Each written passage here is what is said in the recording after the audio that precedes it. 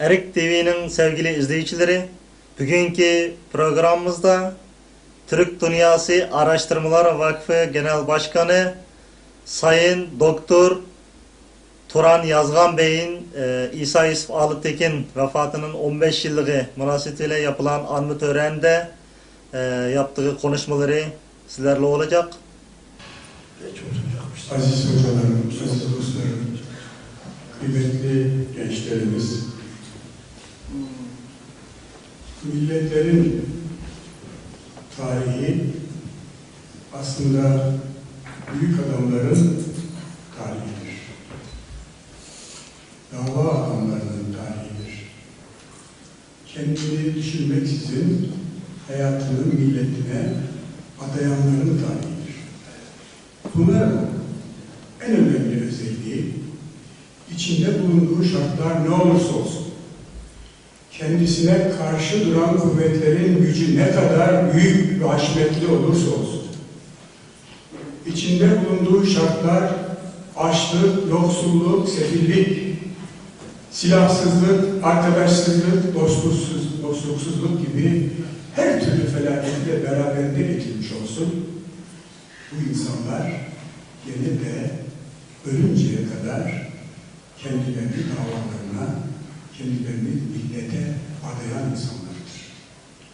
İsa Yusuf Alptekin eğer arkadaşlarımızın da anlattığı gibi tarif edeceksek, kendisini düşünmeden yaşamış, hayatı boyunca bizim Doğu Türkistan dediğimiz ve medeniyetimizin doğduğu yer olan, dünya medeniyetine en büyük katkıları yaptığımız yer olan, barutu icat ettiğimiz, matbaayı icat ettiğimiz, kağıdı imal ettiğimiz ve dünyaya gerçekten medeniyetin bütün ışıklarını serptiğimiz yer olan Doğu Türkistan'ın ağır ağır elden gitmekte oluşunun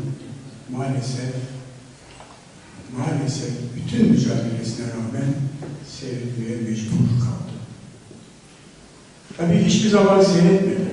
Devamlı çalıştı, devamlı çarpıştı, devamlı savaştı. Ama bunu şunun için söyledim. Arkadaşlar, bizim bugün içinde bulunduğumuz durum gerçekten Doğu Türkistan'ın kaderini zaten çizen bir durumdur. İsa Yusuf Alptekin'e rağmen, onun arkadaşlarına rağmen. Yalnız bir nokta var. Onlar yaşarken ve onlar yüksek sesle mücadele ederken Doğu Türkistan bugünkü kadar gelişmiş değildi. Bugünkü kadar işgal edilmiş değildi. Doğu Türkistan bugün dünyada zulüm gören Türklerin en başında geliyor. Doğu Türkistan'daki kardeşlerimiz maalesef eğer hastaneye düşerlerse kadın veya erkek mutlaka kısırlaştırılıyor. Doğu Türkistan'da eğer hapishaneye düşerlerse mutlaka kısırlaştırılıyor. Doğu Türkistan'da atom denemesi bu Türklerin üzerinde yapıldı. Yani Çinliler atom denemelerini tıpkı Rusların atom denemelerini Kazak Türklerinin üstüne yapması gibi Çinliler de Doğu Türkistan Türklerinin üzerinde yaptı. Bunların sonucu nedir bilir misiniz? Bunların sonucu arkadaşlar daha önümüzdeki belki 30 yıl, 40 yıl buralardaki analarımızın sakat çocuk doğurmak ihtimalinin %90'ın üstünde oluşacaktır. Hem Kazakistan'da hem Doğu Türkistan'da. Ne yazık ki dünyada atom denemeleri Türkler üzerinde yapılmıştır. Amerika'da da Atabaşkan Dil Grubu'na dahil Kızılderililer bu denemelere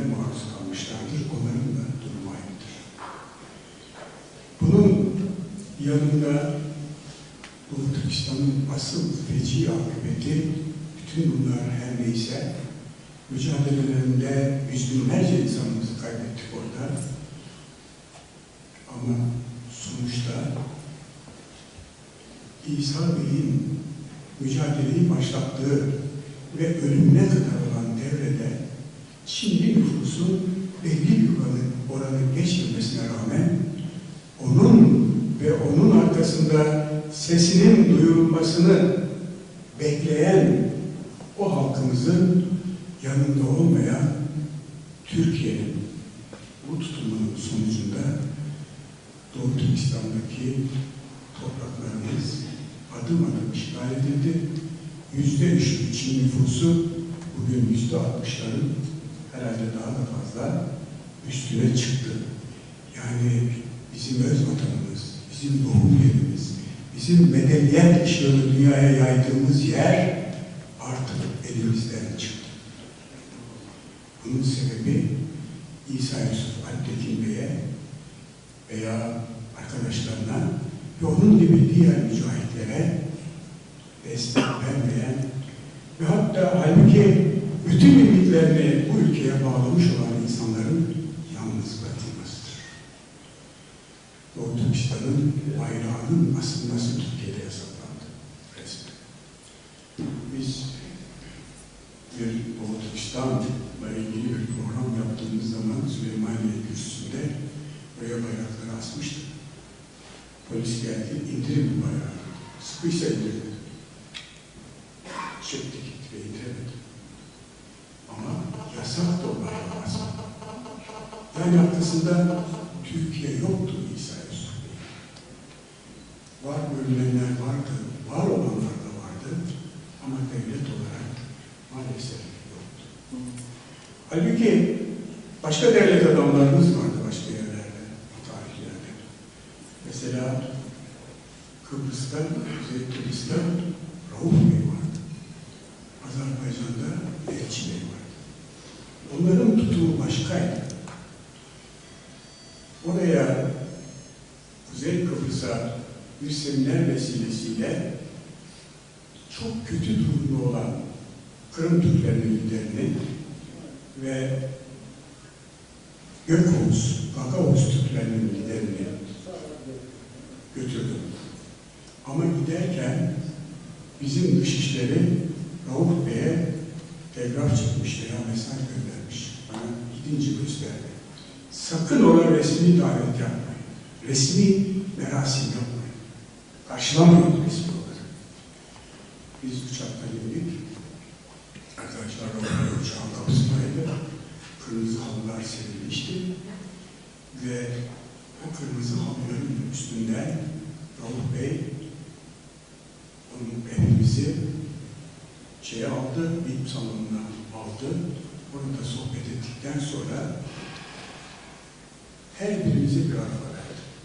Yani Kırım Cumhurbaşkanı bir arabaya bindi, önünde bir eskort.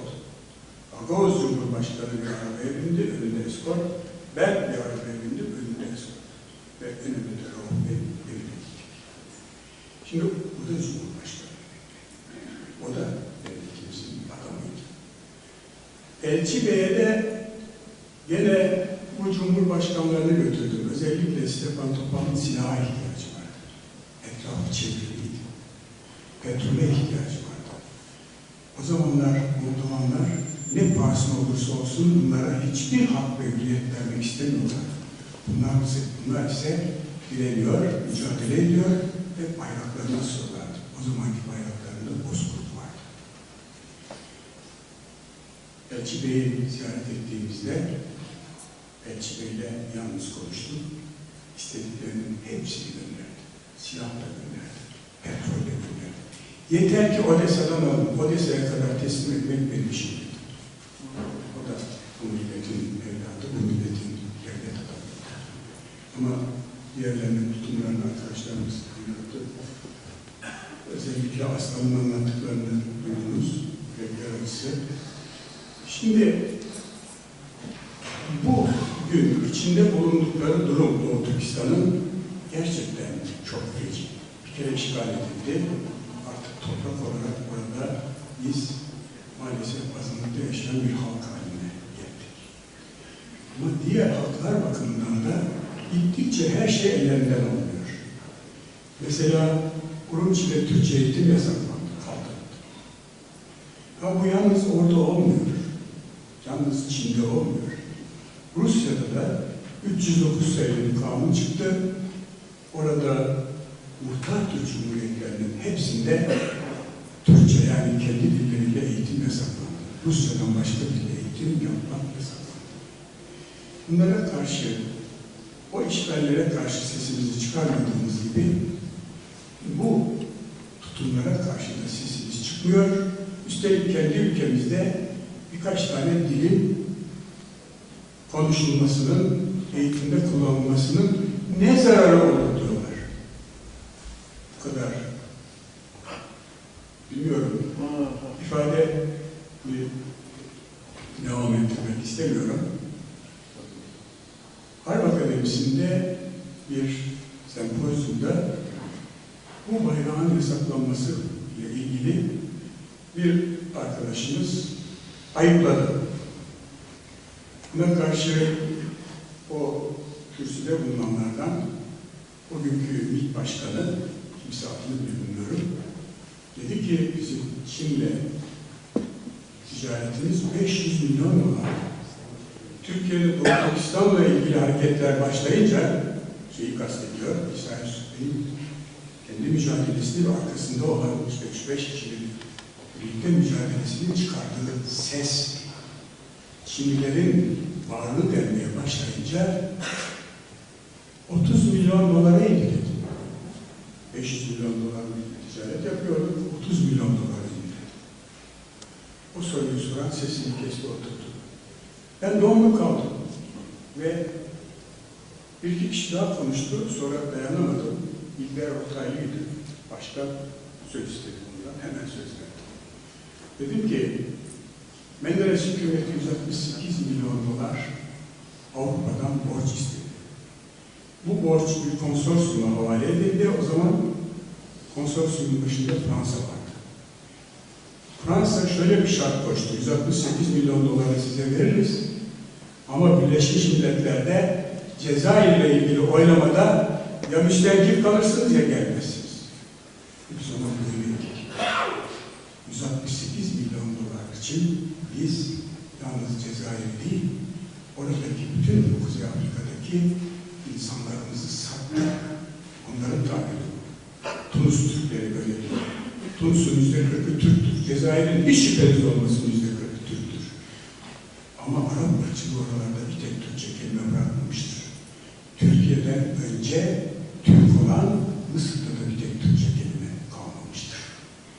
Bu milletin en büyük kaderi Allah'ın vermediği bir şey bu. Irkçılık genine sahip olmayıştır. Bu gene sahip olan milletler Amerika'da Amerika yapan en büyük, en kıymetli alimlerimizi 2. sınıf değil, 5. sınıf insan olarak kabul ederler. En büyük işleri yaparlar. Rusya'da Amerika'yla yarışa sokan alimler bizim alimlerimizdir.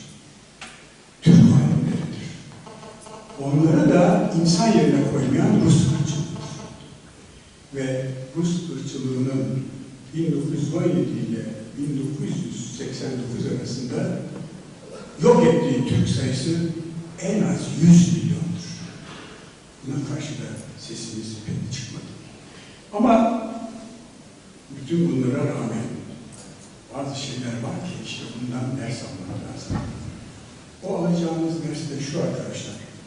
Pascal İsmail ve o dönemin Harp Akademisi'ndeki öğretim üyeleri öyle bir asker yetiştirdiler ki, asker zümresi yetiştirdiler ki bu sivillere de ikaz etti.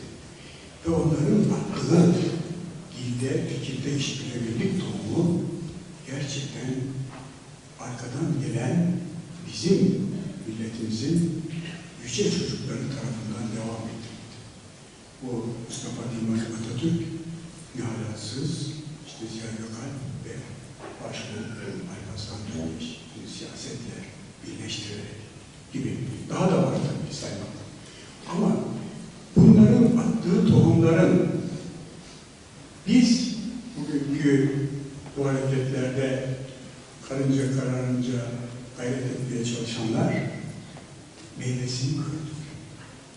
Buradan ders çıkarmamız lazım.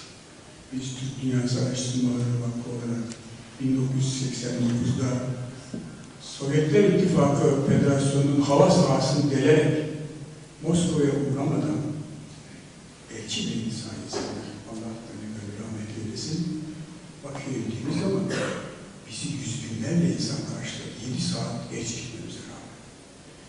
Ta Yakutistan'a,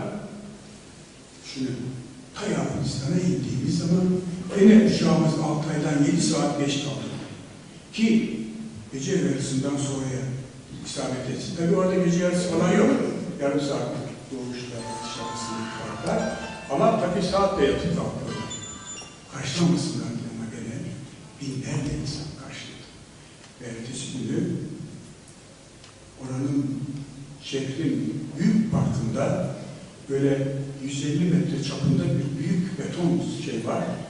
Orada şanlılar ateş yaptı. Ortada üstüne kırmızı ateşi alevlendirdiler ve binlerce insan 90 yaşında, 100 yaşında, 80 yaşında torununu alan o betonun etrafını doldurdu ve bizi bağrına bastı. Bu tohumları ekenlere Allah hani gönül rahmet eylesin. İşte bu tohumları ekenler içinde fiili olarak en büyük rolü oynayanlardan birisi de elbette bugün andığımız ve yattığı yerin nur olmasını dilediğimiz büyük insan, nazik insan, kibar insan ama ulu insan, yüce insan İsa Yusuf Alptekin'dir. Bunların tohumları, bu tohumları atmamış olsalardı Türk dünyasında hiçbir anlatılmaz. Ne oldu? Bunların attığı tohumlardan yeşermeler oldu. Bu büyük bir heyecan yarattı. Bir yerlere bizi götürebilirdi. Ama gene Türkiye Cumhuriyeti hükümetleri maalesef o 1990'lardan 89'lardan itibaren bu işi gösterişte bıraktılar. Petrol hissemiz %35'ti. Elçi Bey bize verdi. %1.75'e indirdiler. 2 yılda Baküce ham hattı yapılacaktı. Elçi Bey'i katledip 15 yıl uzattılar. Ve orayı paylaştılar. Ondan sonra hattı geçirdiler. Biz şimdi hamamları yapıyoruz. Ve gene seyrettiğimiz şeyler, bütün bu gerçekleri görmeyen hükümetlerimiz sayesinde seyrettiğimiz acı gerçeklerden birisi de Kazakistan'ın ve Türkmenistan'ın kritik maddelerin 25 yıl süreyle Rusya'ya peşkeş çekildi. Gözümüzün içine baka baka. 8 defa çizme giydiği Kerkük Musul petrolleri için Amerika baktı olmayacak demokrasi adına geldi, 1,5 milyon Müslümanı katletti. Bunların içinde en az 300 bin Türktür.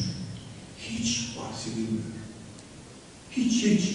Varsa yoksa deniz sonrası Gazze. Oradakiler Müslüman da bu öldürülen 1,5 milyon insan Müslüman değil miydi? Bunların yaşam hakkı yok muydu? Neymiş demokrasi veya Saddam? Saddam 50 milyon dolarlık iştir. Ama kaç milyar dolar harcadı Amerika? Neden? Bizim kritik maddemize konmak için. O kritik maddeyi kendi şirketlerine teslim etmek için etti. Neden o şirketlerin hakkı için, böyle bir şey için bu kadar insan öldürmeyi göze alıyor? Çok basit arkadaşlar. Bu petrol kaynaklarından elde ettiği gelir, bu şirketlerin elde ettiği gelirin %90'ı Amerika'ya vergi olarak gider. Onun için Amerika'yı devlet olarak küresel şirketlerden ayıramazsınız. Amerika bugün Türkiye'de 47'den beri oynuyor ama son zamanlarda çok fazla oynamaya başladı. Halkımızı borçlu yaptı halkımızı suçlu yaptı, sesi çıkmaz hale getirdi ve sürülere böldü, sürülere birer baş tayin etti ve demokratik açılım diye de bir sürü kanunları, bunları Avrupa Birliği gerçeğe getiriyor ama aslında tepedeki Amerika'dır. Avrupa'nın, çünkü Avrupa Birliği'nin yatırım gücünde çok büyük kısmı Amerika'nın küresel şirketlerine aittir. Bu demokratik açılımda bizim görmediğimiz şey, halkımızın veya aydınlarımızın görmediği veya ihanetleri sebebiyle hiç ilgilenmediği husus çok önemli. Nedir? Hangi vatandaşımız iddia edebilir ki Turan Yazgan'dan daha az bir hakka sahiptir bu ülkede? Hangi vatandaşımız? Kim Cumhurbaşkanı olamıyor? Kim milletvekili olamıyor? Kim gökdelen dikemiyor? Herkesin hakkı var, her şey hakkı var. Ama bütün mesele Türkiye'nin oyalanması ve Türkiye'nin bu kritik kaynaklara sahip olan Türklerle birleşmesinin engellenmesidir. Demokrasi diye bir sürü kanun yaşandı. Bu kanunların arkadaşlar size yemin ederim, iktisatçı olarak söylüyorum, hepsi iktisadi bünyemize aykırıdır. Tıpkı 1947'den sonra çıkardığımız kanunlar gibi, kurduğumuz müesseseler gibi, hepsi iktisadi ve sosyal bünyemize aykırıdır. Batı'dan almak, hadi kravatı aldınız, böyle aldınız bunları, artık bütün milletin aydınlarına yaymıştınız. Onun için de Atatürk bunları resmileştirdi. Temayül koydu çünkü. Ama böyle bir temayül olabilir mi? Bize kabul ettirdikleri kanunların Osmanlı'yı nereye getirdiklerini 1838'den sonra 38 Ticaret Anlaşması, 39 Fermanı ve arkadan Kırım Harbi'nden sonra başlayan boşanma Osmanlı'yı nereye getirdi? 1800'lere kadar dik başlı olan Osmanlı, ondan sonra boşlu, 1856'dan sonra başlı ve 1800'lerden sonra da kavga, kargaşa, açlık, yokluk içinde kaldı. Çünkü ustalarımız işsiz kaldı. Şimdi de durum aynı. Sesi çıkmayan bir halk, sürülere bölünmüş bir halk. 1947'de Japonya'ya 45'te Japonya'ya kabul ettirilen anlaşmanın birinci maddesi bize de aynen aşağı yukarı kabul ettirildi sessizce ve Türkiye'de milliyetçi, Türkçü ve arkadaşlar toplumcu yani halkçı bir eğitim yerine Greko-Latin kültürüne dayalı ferdiyetçi ve pragmatist, menfaatçi bir eğitime başladı. Hala o devam ediyor. Bu eğitimde muvaffak olmanın birinci şartı nedir biliyor musunuz? Dersi verip gitmektir hocamın işi. Yani çocuk düşünmeye alıştırmamaktır. Kendi düşünen insan yok mu vardır? Ama onlar okullarımızdan menkul değildir. Sosyal bilimlerde iddia ediyorum. Bizim fakültelerimizden menkul değildir. Kendilerinden menkuldür. Düşünmeyen insanlar ne olur? Sür olur. Baştaki koyu nereye giderse oraya gider. Şimdi bizim demokrasimizin en büyük eksikliği, demin söyledim, her türlü hakkı vardır milletimizin, her ferdinin soyu sopu ne olursa olsun, dini cinsi ne olursa olsun, ama bir tek noktada demokrasimiz bütünüyle reddedilmeye değer. Nedir o? Parti içi demokrasi yoktur. Yani ben parti başkanıysam 550 milletvekili adayını tayin edebilirim. 550'sini de. Kaç bin tane belediye başkanı adayı varsa hepsini ben tayin edebilirim. Meclis üyelerini ben tayin edebilirim. Ve ondan sonra bunların hepsini sen tayin edersen parti başkanı olarak o seçilenler kimin kölesi olacak? Parti başkanının veya başbakanı. Sesi çıkar mı? Çıkmaz, çıkmıyor. Hiç duydunuz mu? Parti içi muhalefet duydunuz mu hiç? Yok, olmaz. Ne olur bu?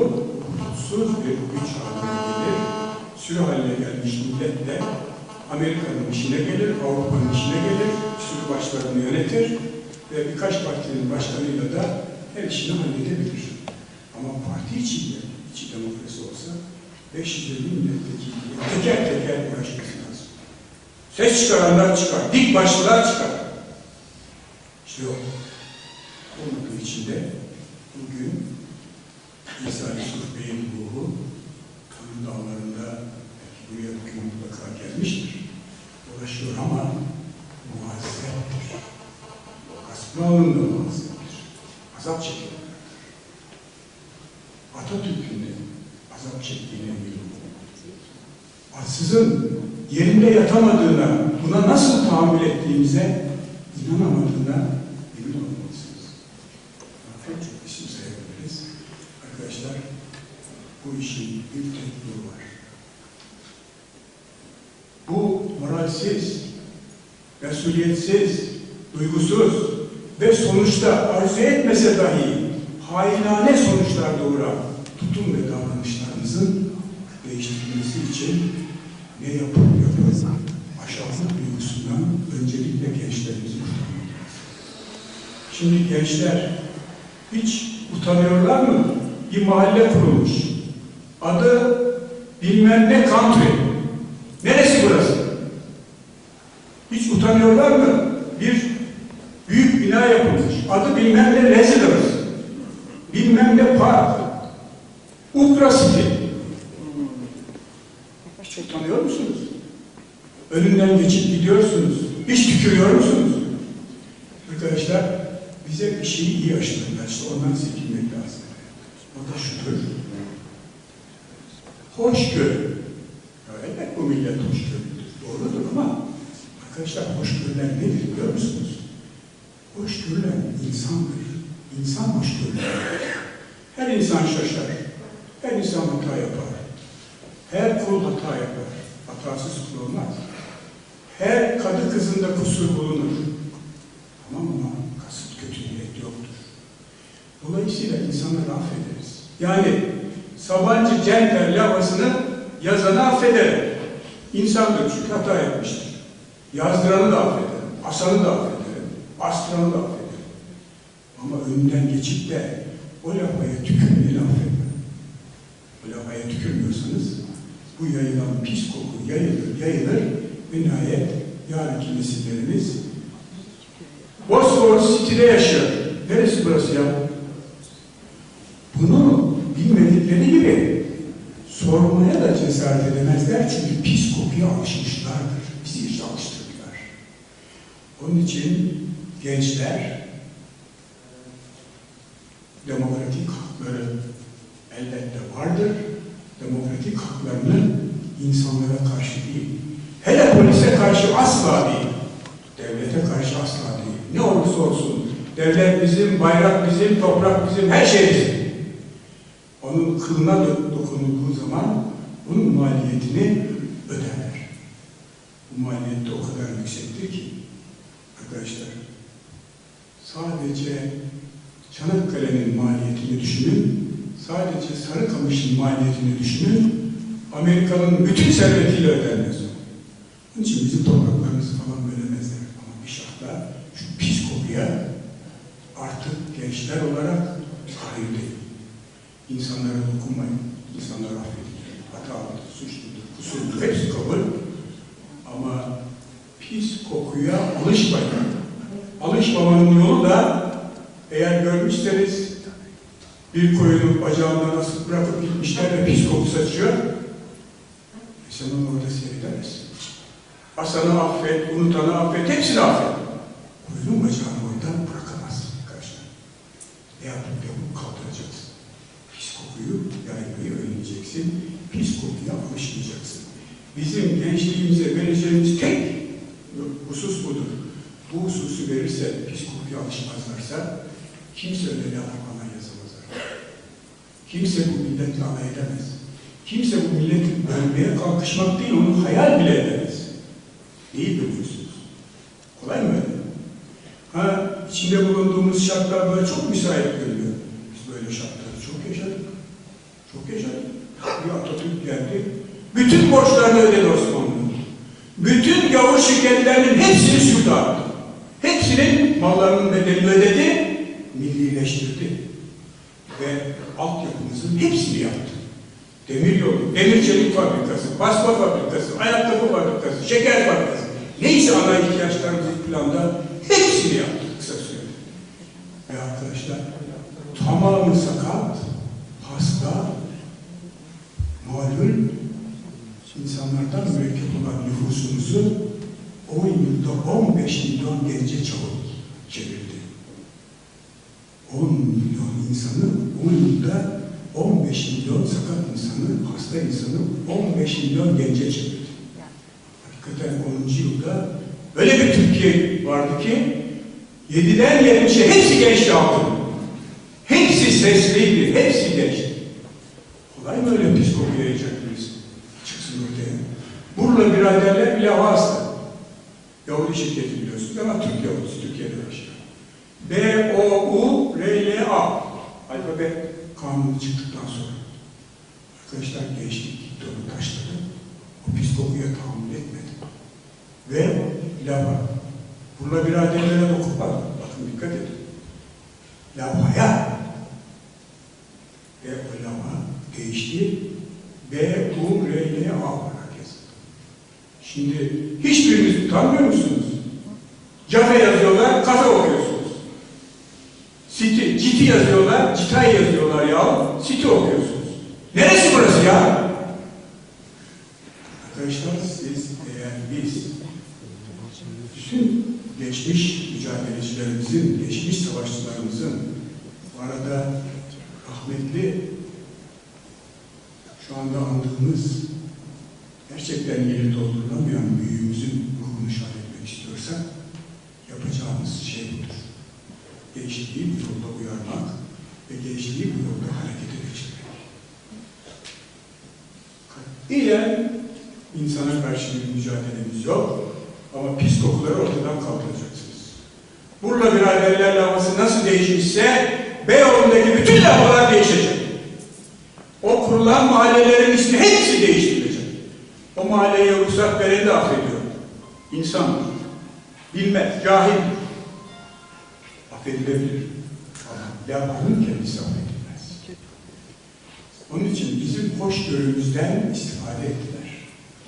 Hoşgörülü bir millet oluşumuzdan ve ırkçılık yerine sahip olmayan bir millet oluşumuzdan çok istifade ettiler. Ve bizi şimdi, yalnız bizi değil, o çok müsait şartlar olduğu halde o şartları kullanarak sömürülmekten kurtaramadığımız bütün Türk dünyasını sömürmek. Yüzlerce milyar dolar gidiyor.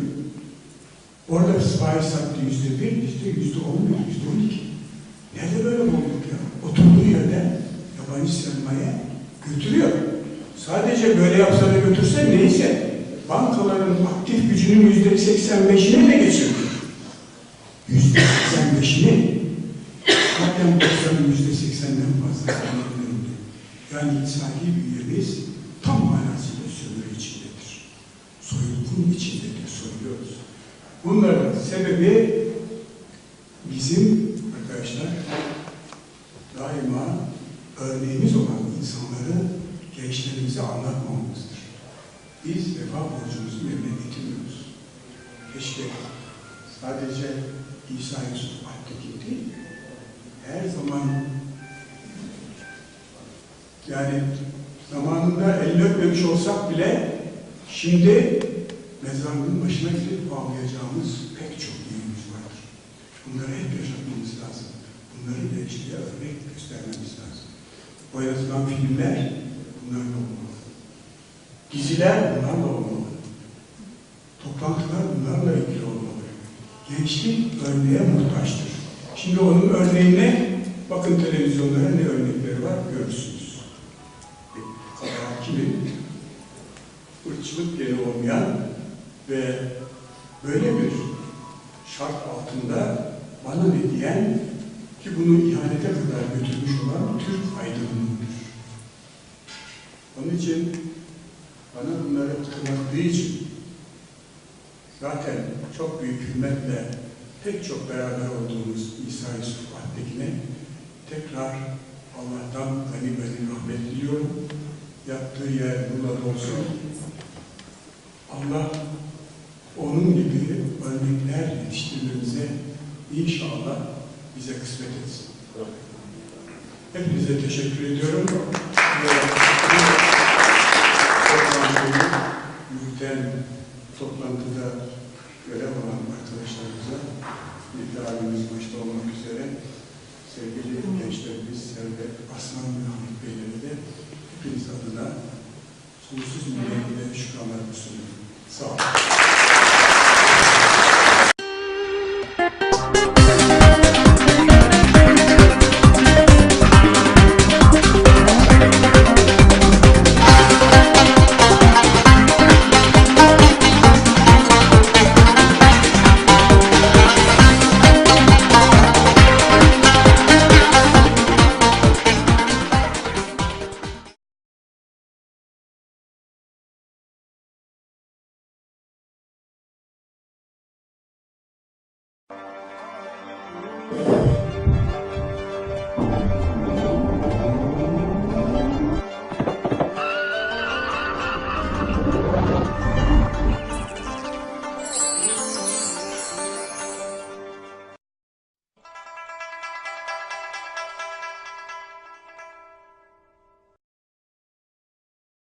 Erik TV'nin sevgili izleyicileri, bugünkü programımızda Türk Dünyası Araştırmalar Vakfı Genel Başkanı Sayın Doktor Turan Yazgan Bey'in İsa Yusuf Alıtekin vefatının 15 yıllığı münasebetiyle yapılan anma töreninde yaptığı konuşmaları sizlerle olacak.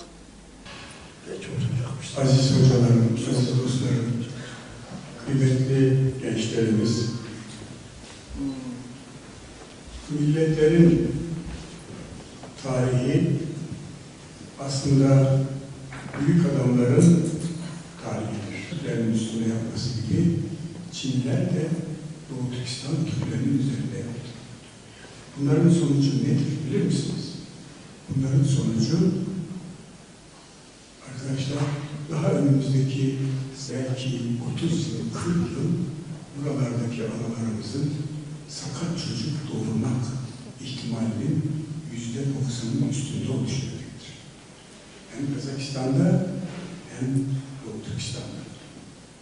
Ne yazık ki dünyada atom denemeleri hep Türkler üzerinde yapılmıştır. Amerika'da da Atabaşkan Dil Grubu'na dahil Kızılderililer bu denemelere maruz kalmışlardır. Onların da durumu aynıdır. Bunun yanında Doğu Türkistan'ın asıl feci akıbeti, bütün bunlar her neyse, mücadelelerinde yüz binlerce insanımızı kaybettik orada. Ama sonuçta bizim Doğu Türkistan dediğimiz ve medeniyetimizin doğduğu yer olan, dünya medeniyetine en büyük katkıları yaptığımız yer olan, barutu icat ettiğimiz, matbaayı icat ettiğimiz, kağıdı imal ettiğimiz ve dünyaya gerçekten medeniyetin bütün ışıklarını serptiğimiz yer olan Doğu Türkistan'ın ağır ağır elden gitmekte oluşunun maalesef bütün mücadelesine rağmen seyretmeye mecbur kaldı. Tabii hiçbir zaman seyretmedi. Devamlı çalıştı, devamlı çarpıştı, devamlı savaştı. Ama bunu şunun için söyledim. Arkadaşlar, bizim bugün içinde bulunduğumuz durum gerçekten Doğu Türkistan'ın kaderini zaten çizen bir durumdur. İsa Yusuf Altekin'e rağmen, onun arkadaşlarına rağmen, yalnız bir nokta var. Onlar yaşarken ve onlar yüksek sesle mücadele ederken Doğu Türkistan bugünkü kadar gelişmiş değildi. Bugünkü kadar işgal edilmiş değildi. Doğu Türkistan bugün dünyada zulüm gören Türklerin en başında geliyor. Doğu Türkistan'daki kardeşlerimiz maalesef eğer hastaneye düşerlerse kadın veya erkek mutlaka kısırlaştırılıyor. Doğu Türkistan'da eğer hapishaneye düşerlerse mutlaka kısırlaştırılıyor. Doğu Türkistan'da atom denemesi bu Türklerin üzerinde yapıldı. Yani Çinliler atom denemelerini tıpkı Rusların atom denemelerini kazandı. Dava adamlarının tarihidir. Kendini düşünmeksizin hayatını milletine adayanların tarihidir. Bunların en önemli özelliği, içinde bulunduğu şartlar ne olursa olsun, kendisine karşı duran kuvvetlerin gücü ne kadar büyük ve haşmetli olursa olsun, içinde bulunduğu şartlar açlık, yoksulluk, sefillik, silahsızlık, arkadaşsızlık, dostluksuzluk gibi her türlü felaketle beraberinde getirmiş olsun, bu insanlar gene de ölünceye kadar kendilerini davalarına, kendilerini millete adayan insanlardır. İsa Yusuf Alp'teki eğer arkadaşlarımızın da anlattığı gibi tarif edeceksek, kendisini düşünmeden yaşamış, hayatı boyunca